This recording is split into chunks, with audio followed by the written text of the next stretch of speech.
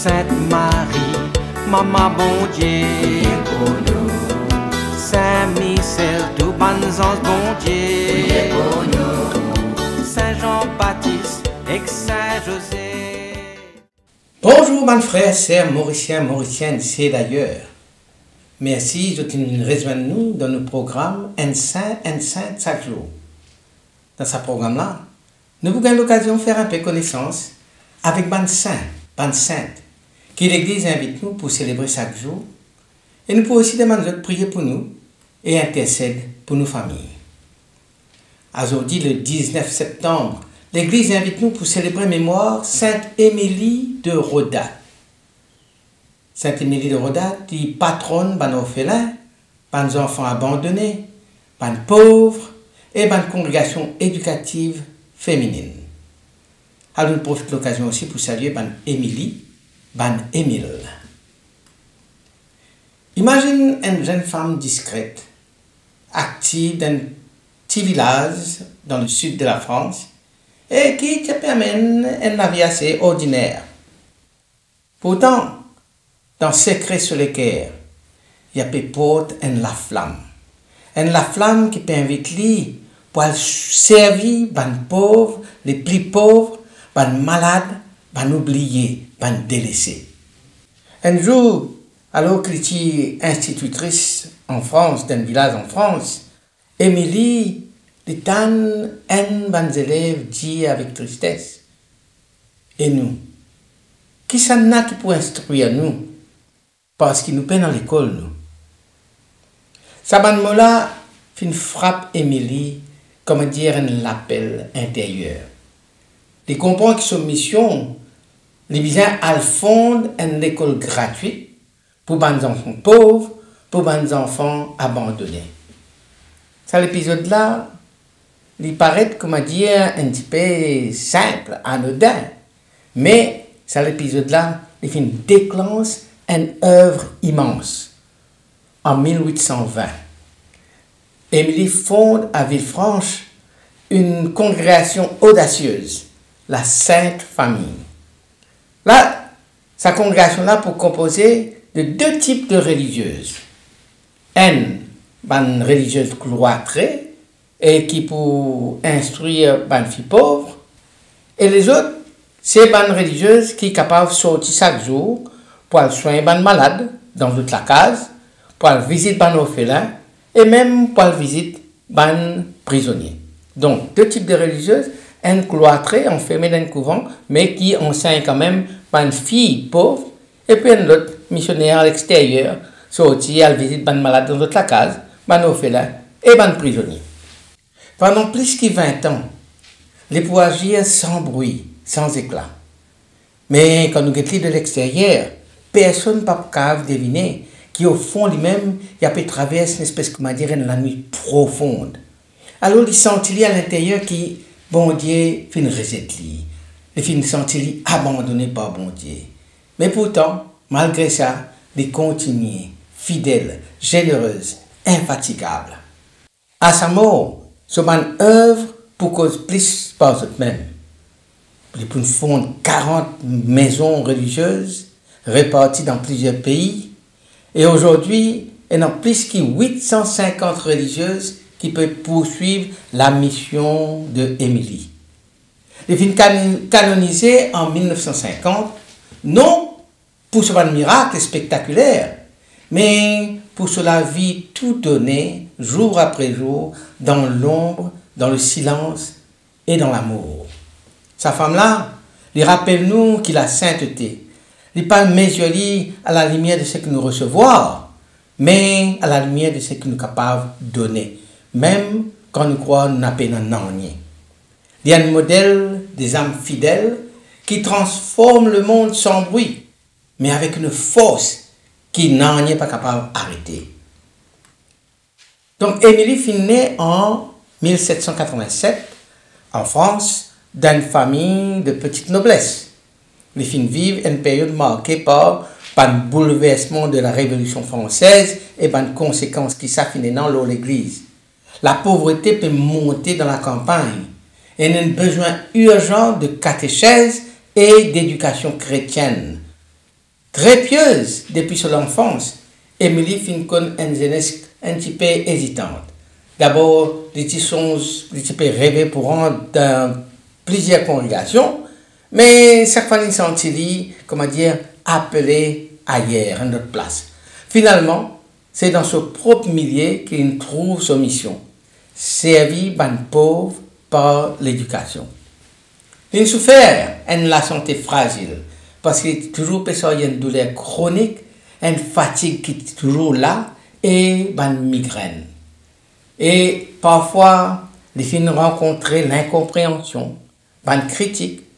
Certains disent comme comment dire, inutile qui te donne l'enseignement gratuit à les pauvres, c'est une perte de temps. Alors, il y a aussi ce qu'on appelle la nuit spirituelle, la sécheresse, le doute, le combat intérieur, quand il sentit comment dire, abandonné par Dieu, tout seul, comme ça, ce qui a pu faire, bon Dieu, comment dire, n'a pas parlé, papa écoute lui. En 1815, à Villefranche, il a ouvert une petite école gratuite pour les jeunes filles pauvres. Et rapidement, il y a plusieurs autres jeunes femmes qui finissent joindre lui, et ainsi finit la congrégation des sœurs de la Sainte Famille de Villefranche. Ce œuvre, il finit étendre à l'éducation gratuite pour les enfants défavorisés, visite des malades et aide à les orphelins, formation de jeunes filles pour donner autres dignité et donner autres l'avenir. Un jour, il y a un notable local qui te répond aussi très direct. Dit comme ça, tu n'as pas trouvé, tu peux perdre tout le temps avec des enfants qui ne vaut rien. Émilie te répond tout simplement. Chacun de ces enfants-là, c'est un enfant de Dieu, ça. Et sa phrase-là résume ce regard chrétien et ce sacrifice consacré sur la vie à ban qui méprisé, c'est-à-dire ban pauvre méprisé, consacré sur la vie à eux. Le grand tournant sur la vie, donc, arrivé en 1819, l'étant sa petite école qu'il fondait là, vint officiellement une congrégation religieuse reconnue par l'Église. À partir de là, Émilie arrêtait, agir toute seule.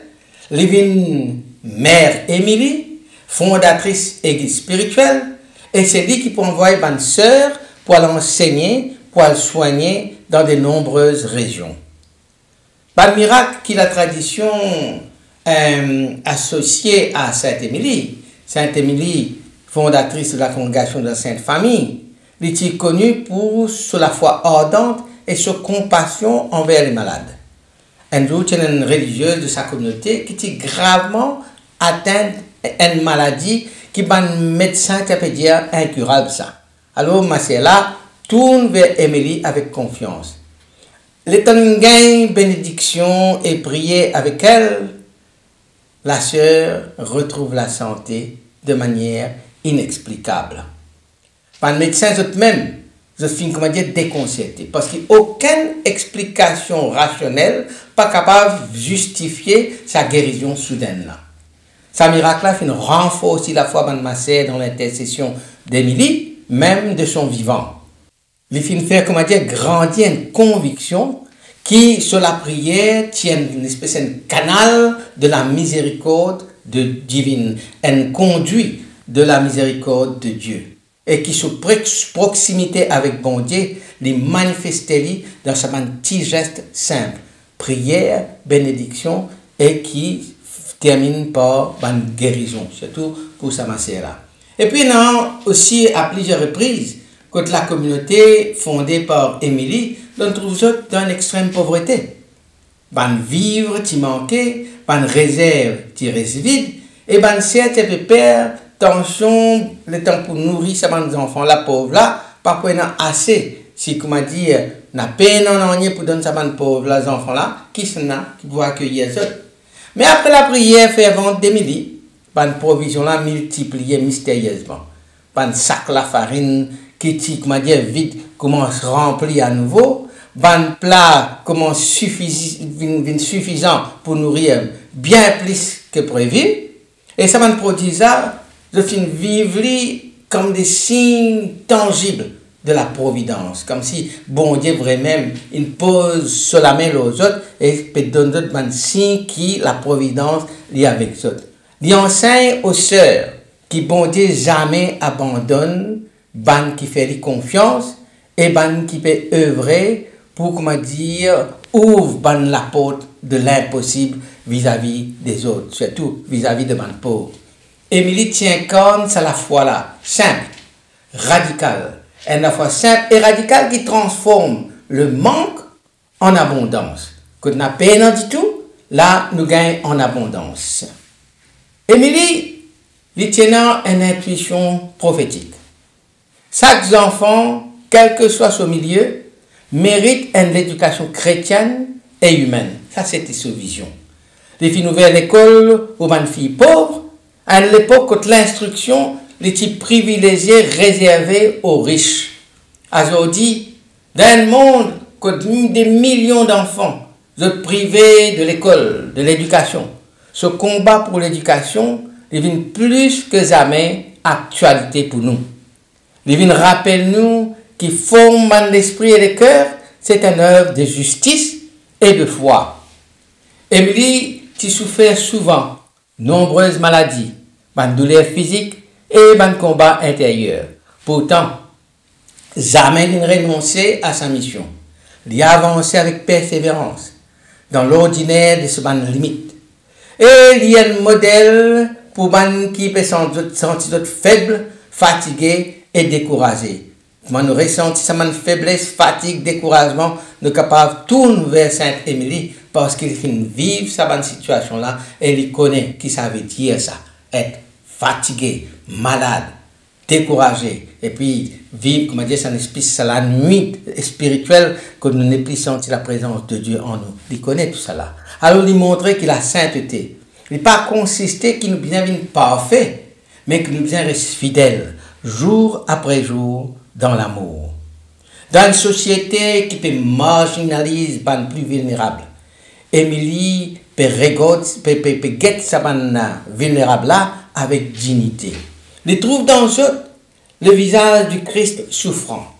Il n'est pas là simplement pour assister les autres, comment dire, les mettre manger dans la bouche, mettre tout loin une plate dans les autres. Mais il peut vivre une communion avec les autres. Il partage la vie, les douleur, l'espérance. Son regard, c'est une leçon pour nous l'époque, souvent tentés par l'indifférence et le mépris. Il invite nous pour contempler les pauvres, non pas par devoir, mais par reconnaissance. Alors il peut dire, aimez et faites aimer Jésus-Christ. Ça, c'est ce mot d'ordre qu'il donne sur ma sœur enseignante. Aimez et faites aimer Jésus-Christ. Il a envie que chaque leçon, chaque geste éducatif, est imprégné de charité et de foi. Pour lui, l'éducation chrétienne n'est pas limite à transmettre des savoirs, mais réveille le cœur à l'amour du Christ. Le pauvre est le sacrement du Christ. Ça, c'est encore une autre phrase qui résume toute sa spiritualité. Il trouve dans le pauvre une présence réelle du Christ, pareil comme on trouve la présence réelle du Christ dans l'Eucharistie. Quand nous servons un pauvre, nous pouvons adorer Jésus dans la chair blessée de ce pauvre-là. Il n'y a pas de petites œuvres si elles se font par amour. Peine une petite œuvre quand nous faisons par amour. Il peut encourager ainsi ce sœur pour ne pas décourager dans une tâche humble. Par exemple, balayer la case, balayer l'école, faire la cuisine, consoler les enfants. C'est une petite tâche, ça. Une petite œuvre, ça. Mais il encourage les autres pour ne pas décourager parce qu'il n'y a pas de petites œuvres si elles se font par amour. Pour Émilie, l'amour donne une valeur éternelle à un geste le plus simple, le plus petit qu'il soit. Alors, à nous prier. Sainte Émilie, humble servante des pauvres, toi qui trouves dans chaque enfant le visage de Dieu, aide-nous pour gagner ton regard de foi et d'amour, de charité. Inspirons-nous courage pour défendre les plus petits, la patience dans nos bonnes épreuves. Et donne-nous la confiance dans la providence quand nous trouvons quelque chose peut manquer autour de nous. Toi qui fondes une œuvre d'amour et d'éducation, veillons nos familles, veillons nos écoles, veillons nos bons enfants. Sainte Émilie de Rodade, priez pour nous et priez pour notre monde. Amen. Qui bon Dieu bénisse et toujours bonne proche. Qui sur l'esprit habite toujours dans eux. Qui les protège partout et toujours. Au nom du Père et du Fils et du Saint-Esprit. Amen. Et à demain.